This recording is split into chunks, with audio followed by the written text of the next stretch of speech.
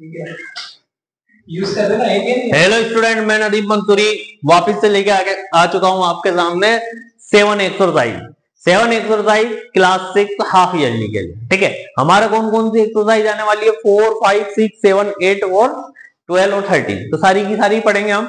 आज 7 एक्सरसाइज देखते हैं अपन। देखो, write each of the following, subtract a को सब्ट्रैक्ट करना है। मतलब ए को क्या करना है आपको? सब्ट्रैक्ट मतलब घटाना है, माइनस करना है। घटा दिया मैंने पहले, ठीक है ना। The sum of x and 2/3 of y. Sum किस किस का करना है? एक्स का और 2/3 का मतलब क्या होता है? 2/3। 2/3 का मतलब क्या होता है? 2/3 ऑफ वाई। तो वाई लिख देंगे अपन, ठीक है। 2/3 ऑफ वाई, यह हमारे क्या बन गई? इक्वेशन बन गई। क्वेश्चन क्या हो गया हमारे? सोल्व हो गया। 7.1 का पहला question. So add 2 time of a. 2 time of a का मतलब क्या होता है? 2a। एड करना है, किसमें एड करना है? 3 टाइम ऑफ बी। तो 3 टाइम ऑफ बी में एड कर दो, ये हो गया। कितनी देर लगी? तो आप जब तक लैंग्वेज को समझोगे नहीं तब तक आपको क्वेश्चन नहीं आएगा। डरना नहीं है। क्या नहीं करना है? डरना नहीं है। हरी लाइट की याद रखनी है, ठीक है। Subtract 1/4 of B. सब्ट्रैक्ट करना है, कितना सब्ट्रैक्ट करना है? ये सब्ट्रैक्ट का साइन लग गया। कितना सब्ट्रैक्ट करना है? 1/4 मतलब 1/4 ऑफ बी मतलब बी का, लिख दिया 1/4 ऑफ बी, ठीक है। किसका? फ्रॉम ए में से, तो ये ए में से कर दिया। ए में से 1/4 बी सब्ट्रैक्ट करना था। अब आप क्या करते हो? जल्दबाजी में 1/4 बी लिखते हो और माइनस ए कर देते हो। करना किस में से? ए में से सब्ट्रैक्ट करना है, तो ए आगे आएगा और इसमें से पीछे होगा। ओके, गलती तो नहीं होगी, ठीक। 3 मोर देन ए नंबर एक्स। 3 ज्यादा है ए। ए कितना ज्यादा है? 3 ज्यादा है नंबर एक्स, एक्स से। यही है ना क्वेश्चन। 3 मोर देन ए नंबर एक्स, एक्स से 3 ज्यादा है। तो 3 मोर देन ए, तो ए से 3 ज्यादा। क्वेश्चन थोड़ा सा गलत लिखा गया है।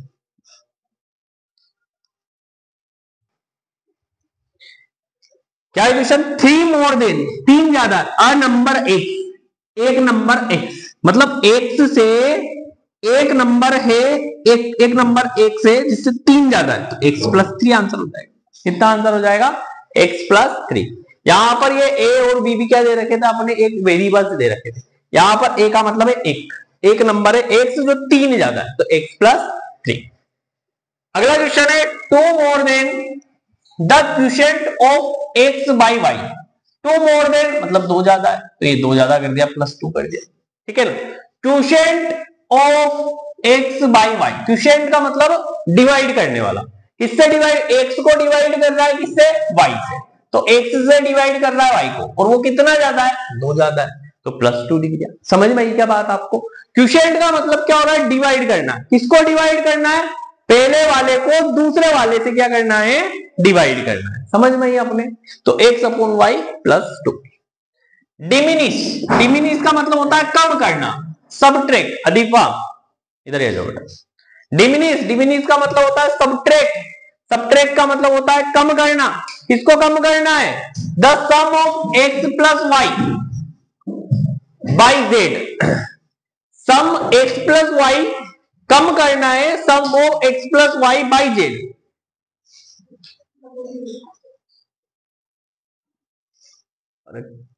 एक बार समझा। डिमिनिश, डिमिनिश का मतलब कम करना है। The sum of x+y, x+y के सम को, x+y के सम को क्या करना है? कम करना है। किस में से कम करना है? बाई z, z में से। तो z में से x+y को क्या करना है?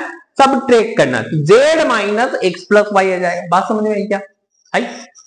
The sum of x and 8 added to y। Sum of x+8, x+8 का जो सम है उसमें ऐड करना y, तो y भी ऐड कर दिया, खत्म बात। ये quotient of a and b, तो वापिस वो क्वोशिएंट वाला आया। तो क्वोशिएंट वाले में मैंने क्या बताया था कि पहले वाले में दूसरे वाले से क्या करना है? डिवाइड करना है। तो ये क्या कह रहा है? Quotient a and b। तो क्वोशिएंट a एंड b, तो ये a को b में क्या करना है? डिवाइड करना है। To the product of a and b, added मतलब जोड़ना है, तो ये जोड़ दिया, प्लस कर दिया। किस में करना है? Product of a and b, a और बी में, तो प्रोडक्ट ए एंड बी, या इसका आंसर हो गया। तो 7.1 के जो हमारे पहला क्वेश्चन था वो हमारे क्या हो गया, पूरा का पूरा ही सोल्व हो गया। देखते हैं अपन अब दूसरा क्वेश्चन। दूसरा क्वेश्चन ये कह रहा है write the following using number literal and sign of, sign बताने हैं बस आपको, क्या बताने हैं? Sign.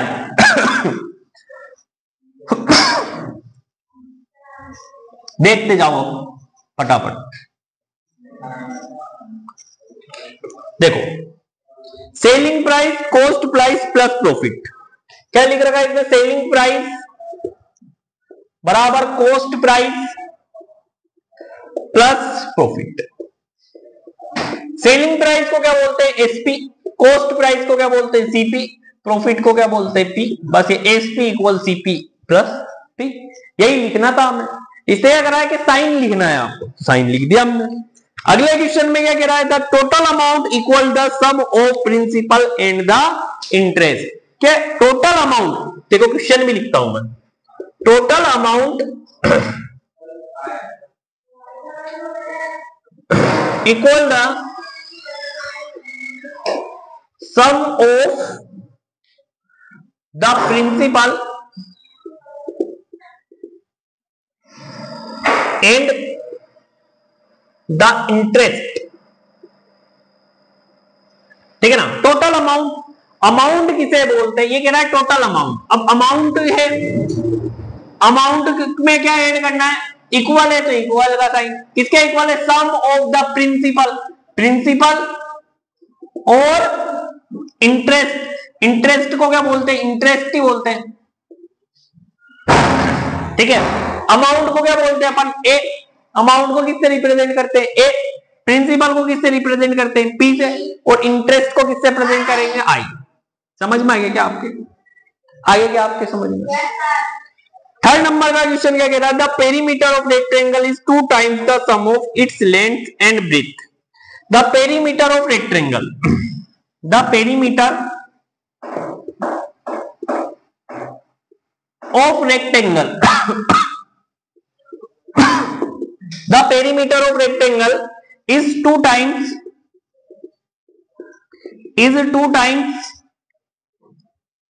the sum of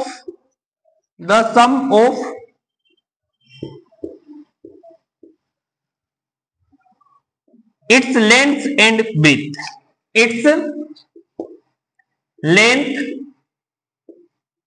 and breadth।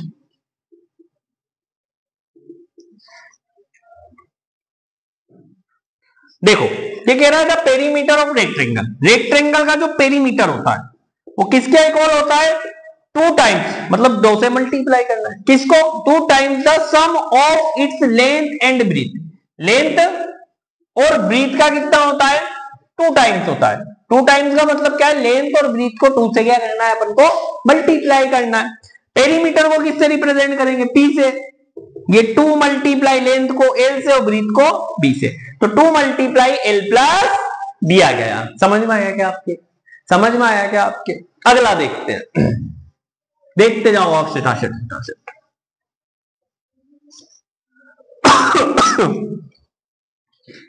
ये कह रहा है अगला क्वेश्चन में the area of rectangle is the product of its length and breathe.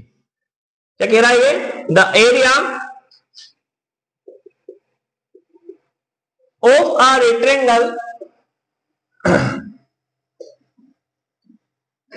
is the product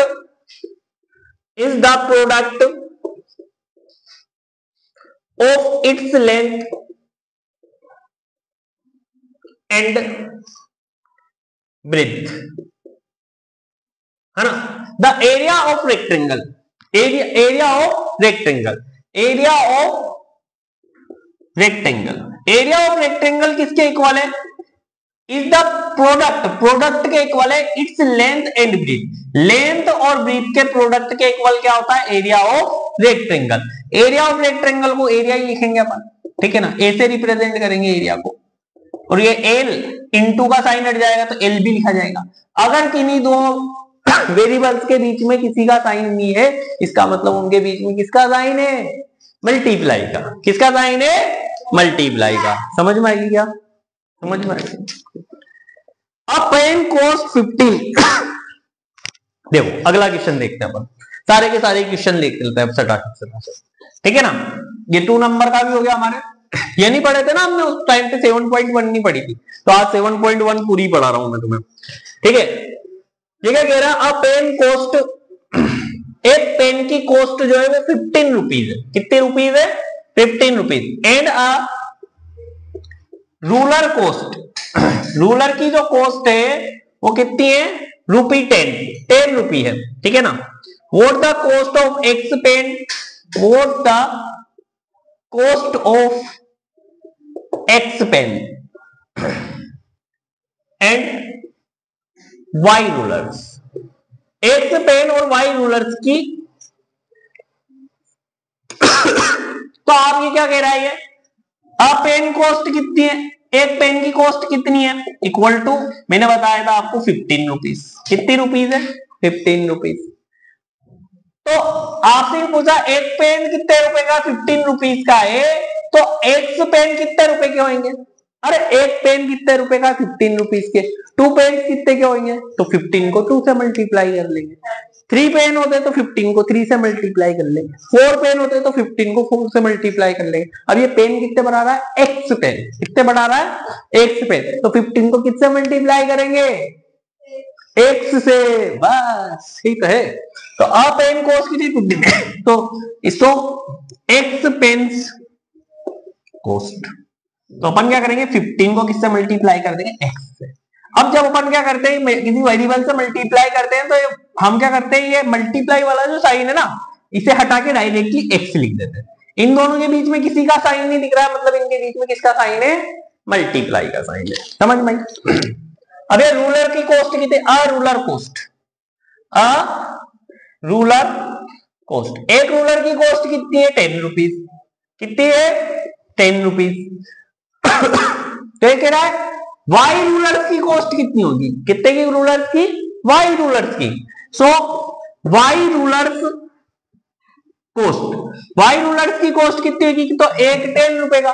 तो वाई रूलर्स कितने हो गया? 10 को मल्टीप्लाई कर देंगे अपन वाई से, तो कितना हो जाएगा? 10y। कितना हो जाएगा? 10y। समझ में आया क्या आपको? समझ में आया दीपा? आ जाओ बेटा ना। अगला क्वेश्चन क्या कह रहा है? ये 4 नंबर का, 4 नंबर का देखो आप। Rohan spend ₹X monthly and save Y per month. Rohan spend ₹X monthly and save ₹Y month. Find his income 1 year. Find its income 1 year. मतलब यूं कह रहा है कि रोहन के पापा जो है उसे कितने रुपए देते हैं? हर महीने 10 रुपए देते हैं। तो पूरे साल में कितने रुपए देंगे? आपके पापा जो है आपको 100 रुपए देते हैं। कितने रुपए देते हैं? 100। तो एक साल में कितने देंगे? 1200। आपने क्या करा कि एक साल में कितने मंथ्स होते हैं? 1 ईयर में कितने मंथ्स होते हैं? 12 month.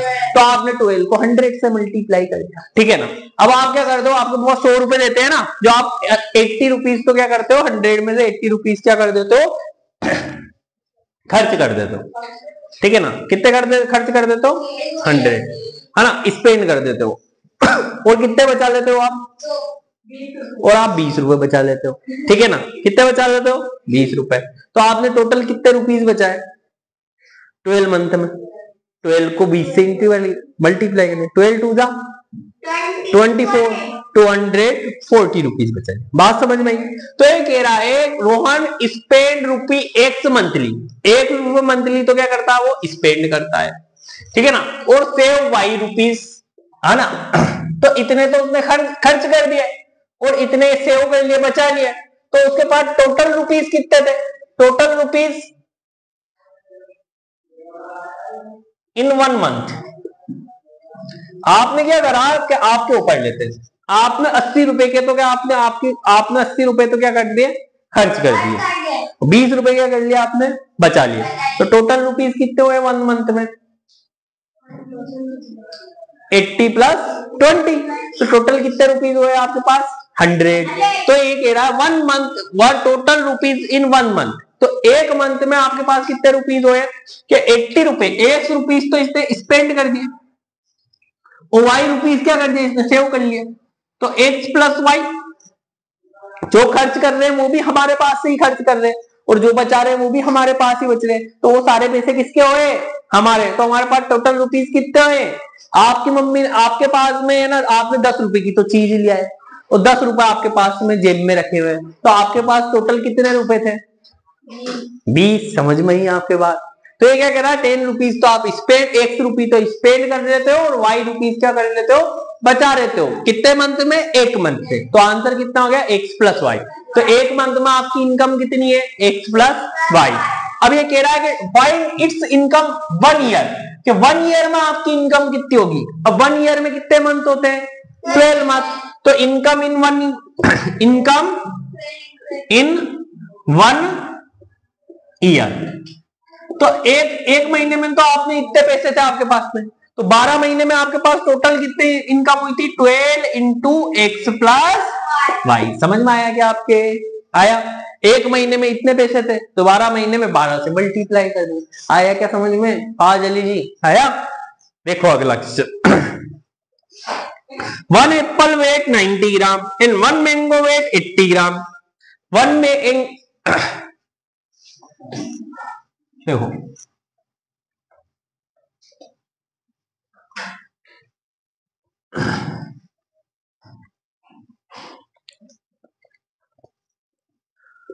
1 apple wait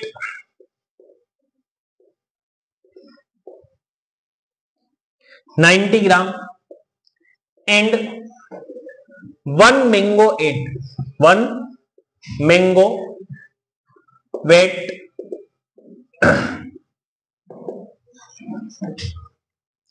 80 gram. Find करना आपको, क्या फाइंड करना है, find the weight of x mango and y apple. Find the weight x mango and y apples. ठीक है ना, देखते हैं वाला क्वेश्चन। अब 1 एप्पल का वेट कितना है, 90 ग्राम। 1 मैंगो का वेट कितना है, 80 ग्राम। तो 1 एप्पल वेट कितना है, 1 एप्पल वेट कितना है, कितना है बेटा बताओ, 90 ग्राम। 1 एप्पल वेट कितना है, सॉरी 1 मैंगो वेट कितना है, 80 ग्राम, है ना।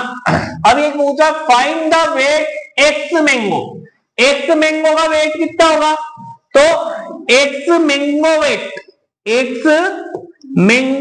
तो एक्स मैंगो का वेट कितना होगा, एक मैंगो का वेट तो 80, तो एक्स मैंगो का कितना होगा, तो 80 को किससे मल्टीप्लाई कर देंगे, एक्स से। अरे एक पेंसिल 5 रुपए की, तो 2 पेंसिल कितने की, 5 से 2 से मल्टीप्लाई कर लो।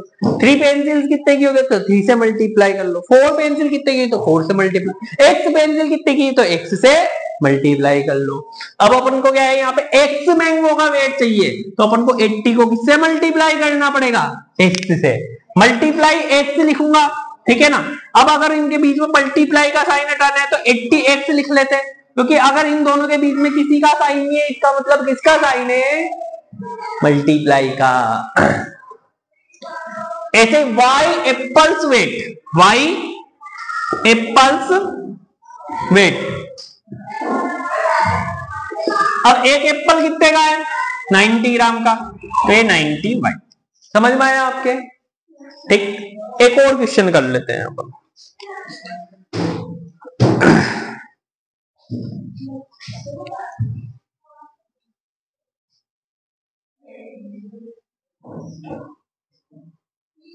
सिक्स नंबर का और बता लेते हैं। ये कह रहा है the score of Ritu, the score of Ritu, Ritu का स्कोर इन साइंस साइंस के अंदर इज 15 मोर देन 15 ज्यादा है द 3/4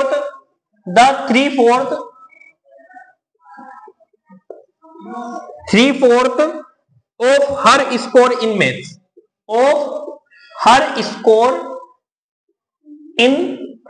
मैथ्स मैथ्स के स्कोर के 3/4 स्कोर से 15 ज्यादा है। ठीक है ना। ये कह रहा है determine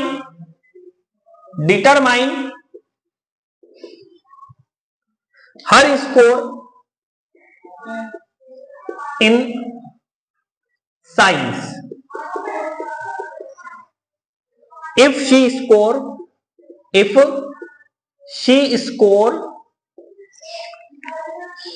X marks in maths। अब ये क्या कह रहा है इस क्वेश्चन में, बहुत ही अच्छा क्वेश्चन है हमारे पास में, कि the score of Ritu in science में रीतु का जो स्कोर है इज मोर देन मतलब ज्यादा है the 3/4 of her score in maths के स्कोर का 3/4 से कितना ज्यादा है, the score of Ritu in science more than the 3/4 of her science in maths. Science maths का स्कोर जो है 3/4 ज्यादा है उससे। ठीक है, तो हम कैसे करेंगे इस क्वेश्चन को। अब देखो, determine her score in science का स्कोर फाइंड करना है। If she score in x maths, तो मैथ्स स्कोर कितना है, मैथ्स का स्कोर कितना है एक्स। अब इसने क्या कहा है कि साइंस का जो score, the score of Ritu in science का जो स्कोर है रीतु का इज मोर देन ज्यादा है the 3/4 of her score in maths के स्कोर का 3/4। एक्स क्या है, ज्यादा है। तो साइंस स्कोर कितना होगा, साइंस स्कोर कितना होगा कि मैथ्स का जो स्कोर है उसका 3/4 एक्स क्या है, ज्यादा है। तो मैथ्स का स्कोर कितना है एक्स, और 3/4 एक्स क्या है इसका, ज्यादा है। तो ये किसका स्कोर आ गया, इसका साइंस का स्कोर आ गया। ये किसका स्कोर आ गया, ये साइंस का। समझ में आया क्या क्वेश्चन। वेरी वेरी इंपॉर्टेंट, थोड़ा सा हार्डनेस पे बेटा, है ना, थोड़ा हार्ड है ना, लेकिन अपन को समझना तो पड़ेगा ही सही। ठीक है ना। देखो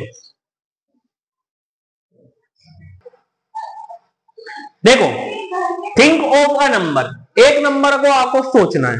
हमने सोच लिया वो नंबर क्या है, एक्स। क्या है, एक्स।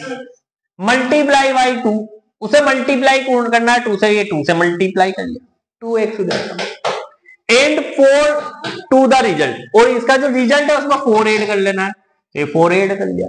ठीक। सब्ट्रैक्ट y, सब्ट्रैक्ट क्या करना है, y करना है फ्रॉम द रिजल्ट। ये जो रिजल्ट आया उसमें से y को क्या करना है, अपन को माइनस करना है। व्हाट इज द रिजल्ट, ये हमारा रिजल्ट होगा। समझ में आई। एक नंबर हमने सोचा x, उसको मल्टीप्लाई करना है 2 से मल्टीप्लाई कर लिया, फिर उसमें 4 ऐड करना है, 4 ऐड कर लिया। ठीक। अब क्या करना है, उसमें सब्ट्रैक्ट करना है y, तो मैंने y को सब्ट्रैक्ट कर दिया। जो वो कहता जा रहा है वो हम करते जा रहे हैं, सवाल हमारा हो गया। कितनी लाइन का सवाल है, एक लाइन। टाइम लगा हमें, नहीं लगाना। If a is added to 196, a add करना है, किसमें ऐड करना है, 196 में। 196 में a ऐड कर दिया। ठीक।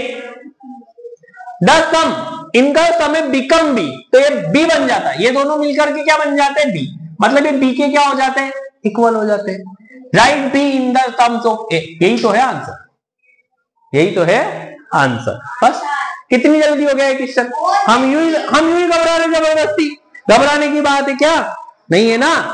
तो देखो अगला 12 नंबर का क्वेश्चन है। 12 नंबर का लास्ट क्वेश्चन हमारे पास क्या कह रहा है, the number of rooms in the ground floor. आपका 12 नंबर का क्वेश्चन है, ऐसे बुक का। The number of rooms on the ground floor of a school building is less than the twice the number of room in the first floor. If the first floor rooms x, first floor के rooms कितने हैं, first floor के room कितने हैं, first floor rooms कितने हैं, x है। और अपन से पूछ रहा है सेकंड फ्लोर के, किसके पूछ रहा है, सेकंड फ्लोर के। सेकंड फ्लोर के क्या ऊर्जा है ये, सॉरी ग्राउंड फ्लोर के, क्या कह रहा है ये, ग्राउंड फ्लोर के। तो ग्राउंड फ्लोर के क्या कह रहा है ये, यही कह रहा है school building, ground floor of A school building is 12 less than, 12 कम है, तो -12 कर जा, 12 लेस देन मतलब 12 कम है। The twice of the number of room on the first floor, first floor के ट्वाइस से, फर्स्ट फ्लोर के ट्वाइस से 12 कम है, तो फर्स्ट फ्लोर का ट्वाइस कितना होगा, 12 -12, ये आ गया हमारा आंसर, ये आ गया हमारा आंसर। ये 12 नंबर का क्वेश्चन है। क्या कठिन है, लेकिन जब तक हम लैंग्वेज को पढ़ेंगे नहीं तब तक हमें आएगा नहीं, ठीक है। ये 12 नंबर का क्वेश्चन भी मैंने आपको बता दिया। 7.1 जो है हमारी पूरी की पूरी सोल्व हो गई, ठीक है। अब 7.2 पढ़ लेंगे और ये वाली एक्सरसाइज पूरी। देखो आप ये वाले क्वेश्चन देखो, ये क्वेश्चन कैसे होंगे, है ना। 7.2 हमारे स्टार्ट होगी, कौन सी स्टार्ट होगी, 7.2 पूरा आ रहे हैं आपने 7.2 में। देखो आप देखो ये क्या लिखा रहा है, राइट ऑल टर्म्स, टर्म्स कैसे डिवाइड होती है, प्लस और माइनस के साइन क्या करते हैं, टर्म्स का डिवीजन करते हैं।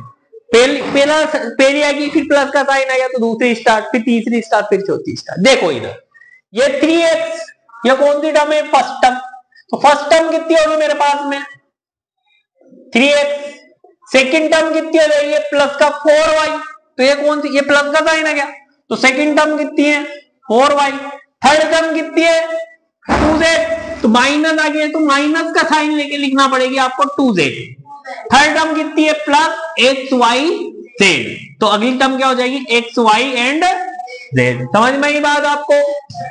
इसमें देखते हैं, इसकी फर्स्ट टर्म कितनी है 2a, सेकंड टर्म कितनी है 5b, थर्ड टर्म कितनी है -ab, फोर्थ टर्म कितनी है 7।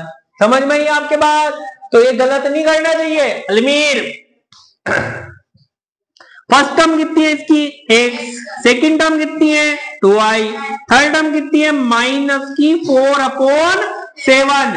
अगर माइनस वाली टर्म है तो उसे साइन समेत लिखनी है। समझ में आप क्या बेटा, है ना। फर्स्ट टर्म कितनी है इसकी 1/2b, सेकंड टर्म कितनी है 3y, इसकी फर्स्ट टर्म कितनी है a, सेकंड टर्म कितनी है 3। समझ में आई बात। Right the expression by combining, अब इसे कंबाइन करके लिखना है। कैसे करके लिखना है, कंबाइन करके। पहले तो इसे क्या करा था अपन ने, अलग अलग टर्म करके लिखा था, अब क्या करना है कंबाइन, जोड़ के लिखना है। 2x एंड y, तो इसे क्या लिख देंगे 2x प्लस y, इसे लिखना 4x 9y -3, तो क्या लिखाएगा 4x प्लस 9y और -3। अगर आगे कोई सा भी साइन नहीं है मतलब उसके प्लस का साइन है, किसका साइन है प्लस का। ये क्या लिखाएगी 8, ये माइनस का ab और 2 भी लिखा रहा तो प्लस का। समझ में आया आपका, आ गया दीपक समझ में। ये 3m -4/3n और ये -1/2, तो ये -1/2। ओके, अब क्या कह रहा है तीसरे question, write down the constant term. Constant term किसे बोलते हैं, जो न्यूमेरिकल वैल्यू वाली को। कौन सी वाली को, न्यूमेरिकल वैल्यू। तो इसमें न्यूमेरिकल वैल्यू कितनी है इस वाली इस वाली इक्वेशन में न्यूमेरिकल वैल्यू कितनी है 1, तो कांस्टेंट टर्म कितनी होगी बेटा 1। इसमें कांस्टेंट टर्म कितनी होगी 3/5, इसमें कांस्टेंट टर्म कितनी होगी -3, इसमें कांस्टेंट टर्म कितनी है और इसमें कांस्टेंट टर्म कितनी है। समझ में आ गया आपके तीनों, समझ में आ गई। आगे के क्वेश्चन देखो, आगे के क्वेश्चन और ज्यादा अच्छे हैं, ठीक है। हमारे सर ये वाले क्वेश्चन आगे जो आ रहे हैं ना वो जरूर देंगे, ठीक है। अब कोई ये तो नहीं कहेगा कि सर मुझे नहीं आती है 7 नंबर की एक्सरसाइज, कहेगा क्या कि 7 भी आएगी। अब तो अभी मैं इसे YouTube पे डाल दूंगा थोड़ी सी देर बाद, है ना। देखो 7.2 तक ही है। देखो 4 नंबर का क्वेश्चन क्या है, ये कह रहा है if x equal to, x की वैल्यू कितनी है 2 है, find the value of, find the value of, value करनी है अपन को फाइंड। पहला क्वेश्चन है x + 1, x +1। अब x की जगह पे कितना रखना है हमें 2, हमें x की जगह कितना पुट करना है 2, तो 2 + 1 ओकल कितना हो जाएगा 3। सेकंड नंबर का 6x - 3, 6x - 3, तो अपन को x की जगह कितना रखना है 2, तो ये 6 x की जगह 2 रखा। अब इसमें क्या करना पड़ेगा, इन दोनों के बीच में किसी का साइन नहीं दिख रहा था, मतलब 5 का साइन है मल्टीप्लाई का। अभी बताया था ना मैंने कि मल्टीप्लाई के साइन को हटा के अगर हमें किसी के बीच में कोई साइन नहीं दिख रहा है, मतलब उनके बीच में किसका साइन है, तो 6 और 8 के बीच में किसका साइन था, मल्टीप्लाई का। अपन वैसे भी जानते हैं ऑफ का मतलब 2 होता है और -3। 6 2 जा 12, 12 में से 3 जाएंगे तो कितने बचेंगे 9। ओके, थर्ड नंबर का भी देख लें। थर्ड नंबर का कह रहा है 2x/3। क्या कह रहा है ये 2x/3। x की वैल्यू कितनी है, कितनी है x की वैल्यू 2, तो ये x इसके मल्टीप्लाई हो जाएगा, अपोन में कितना हो जाएगा 3, तो 2 2 जा 4/3। या ऐसे भी लिख सकते हैं x की वैल्यू 2 है, इसे ब्रैकेट के अंदर लिख दो /3।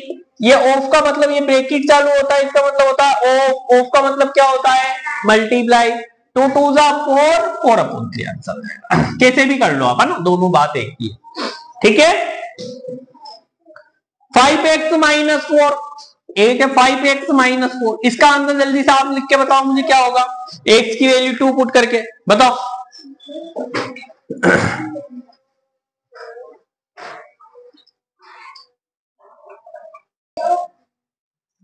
देखते हैं, find the value of the given algebraic expression a + b + c। a = 5 है, b = 7 है और c = कितना है 9। मतलब a की वैल्यू कितनी पुट करनी है अपन को 5, b की वैल्यू कितनी पुट करनी है 7 और c की वैल्यू कितनी पुट करनी है 9। तो a की वैल्यू मैंने 5 पुट करी, b की वैल्यू 7 पुट करी और c की वैल्यू कितनी पुट करी मैंने 9। तो 7 और 5 कितने होते हैं 12, 12 और 9 21। तो आंसर कितना हो गया 21। ये m² - n², m की वैल्यू कितनी है 5, n की वैल्यू कितनी है 4। तो m की वैल्यू 5 तो 5 का स्क्वायर, n की वैल्यू 4 तो 4 का स्क्वायर। तो 5 का स्क्वायर मतलब 5 को 5 से मल्टीप्लाई करना है।